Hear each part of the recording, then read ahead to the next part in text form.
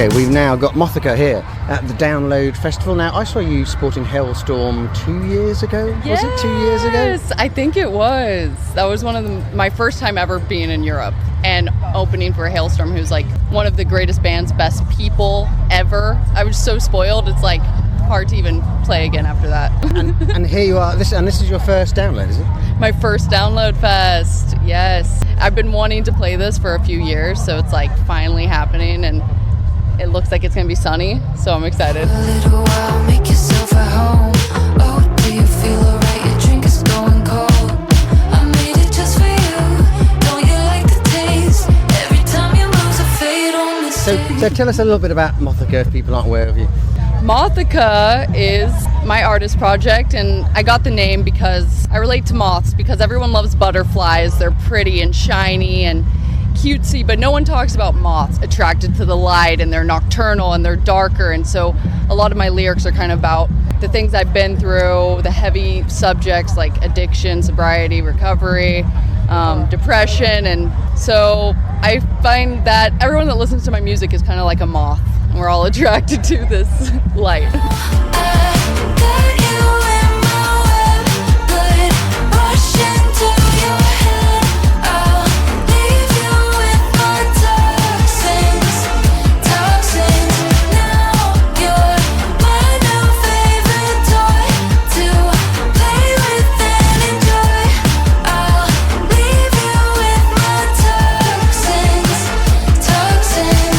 And last year you released, I think, is it your third album? But I think there are more albums out there. No, my third, yeah. I released an album called Kissing Death, which nearly killed me. So don't make an album about romanticizing death, because you will only start to attract it in your life. But it was really difficult, and now I'm fully thinking about what's next.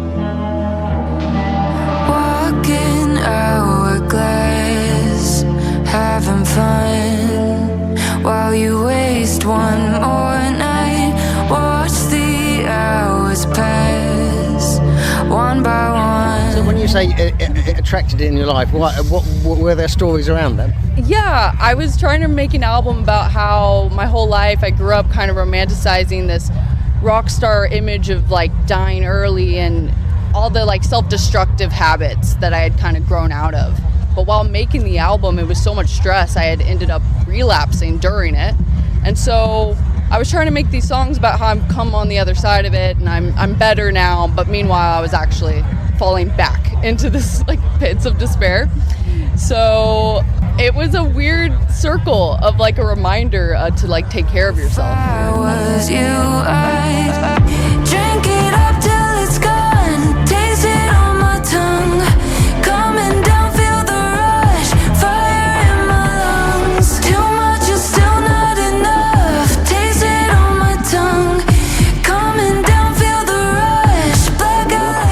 I guess sometimes talking about these things can be cathartic and be almost like therapy, but in your case, it went the other way.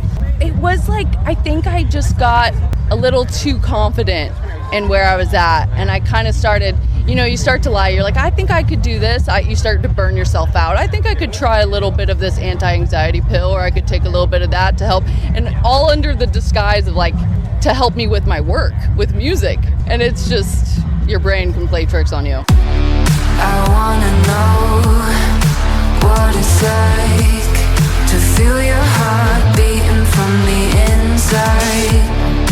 Take your soul for the night, lose control, end up in the afterlife.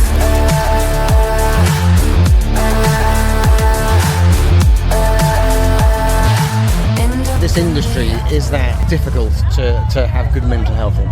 I think it's different for everyone, but for me, I think when your music is so, it's like the things that you don't even want to say out loud to one person, but you have to say it to hundreds or thousands of people.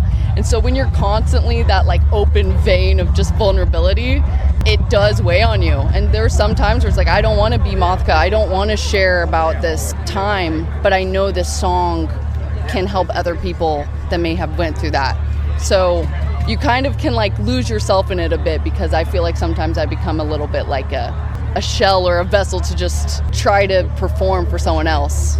And then you kind of have to remember, oh wait, I need to drink water and feed the human sack I'm in, It's like, that's how I feel. I heard a rumor that there's gold under the streets. I got a shovel, tasted blood between my teeth. I made some enemies who pray for my So what you're saying is you're talking about your life experiences, and while recording an album, it's giving you even more life experiences to talk about the next one. Oh yeah, for sure. It's funny, yeah, I went to, after my little European headliner, I ended up going to rehab, and I thought I was going to not write any more music after that. I was just like, I don't know, maybe I'm going to pursue another career. I don't even know. But I brought my little recording setup to the rehab, and I was like, but maybe I could write an album here. I was like, no, that's ridiculous. But what came out of it was I thought about what music actually makes me happy to play. What's the energy I want? And what am I feeling? And a lot of it was kind of angry. And so my next record is a lot heavier and a lot more rock, and I'll be playing one new song from it today. twisted than it seems. No matter how far I go, I'm still running away. Nobody here on my own. I keep losing my And I was going to say, whereabouts are you now in the... Will that see something coming out this year, or is it going to be next year now? How far off is the next album? Oh, well, I have like 25 songs, so it should be this year. But yeah, definitely going to try to put it out this year. It's just figuring out if I'm going to do it independently, just like go for it. But I think after I hear the reaction of people hearing the song today, it'll hopefully inspire me to get it out soon. I got caught in a dream. Don't believe a thing that I see. Fooled me once with the fantasy, then the sun went down and took it from me.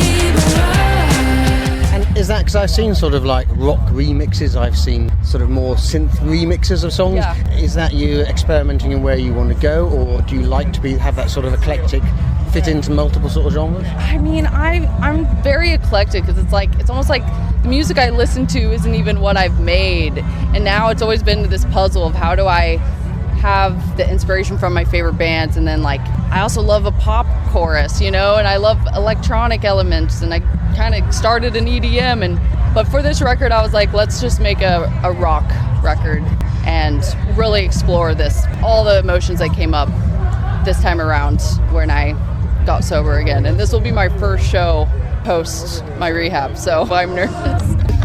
I swear I'm living purely out of spite. I do it just so I can say I tried. Forgiveness, I want vengeance, baby. Swear I'm gonna have you hypnotized. Ruin yours just like you ruined mine. It's my toxic mess. And how do you tailor your set then? Presumably, you must have a limited amount of time and you want to get out recognisable songs. Yeah. And presumably, are you tailoring, is it a heavier set today, reflecting where you are? We're just playing all the bangers or hits of whatever that means for Mothica, and then we don't know if we'll have time, but I do a Smash Mouth cover usually at festivals, All Star, just for fun, just to make everyone smile, but we'll see if we have time for it.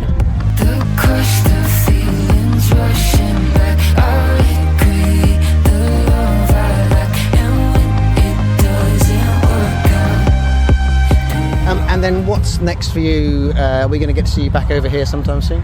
Well, I am playing a little headline show in London on Monday, but I always love being in the UK, so if anyone wants to book me, I will come back happily. I'm just looking for another high, just another way to waste my time. I'm just looking for another high. A lot of your songs you write about the trauma you went through as a teenager and young lady. Is it ever difficult having to almost relive that trauma to write the songs? Yes, I was just talking about that. I would say it's weird though, because it's like been like 10 years since I went through those things, and I think it took me that long to even process what was happening when I felt that way. And so a lot of these songs I try to write about that younger version of me, that like, what would she be proud of? What would she want me to have learned? But then there's definitely days where I'm like, yep, I'm still a 15-year-old girl in my parents' bedroom. It's this it comes back. But playing live, I try to just shut all of that out and just like look at all the people and make a connection with them. I'm just looking for a way back down. Something left for me to drown the sound. A sweeter prize until I'm underground. Hey, hey, hey. Do you like the audience ever like relate to you? Do you have people come up to you and be like, that song really touched me because I understand or I've been through the same thing? Yes, my meet and greets are usually just me and someone else crying and holding each other, and sometimes it's full-grown men. I've had dads be like crying in my arms. I've had like 11-year-old girls, and yeah, it gets special.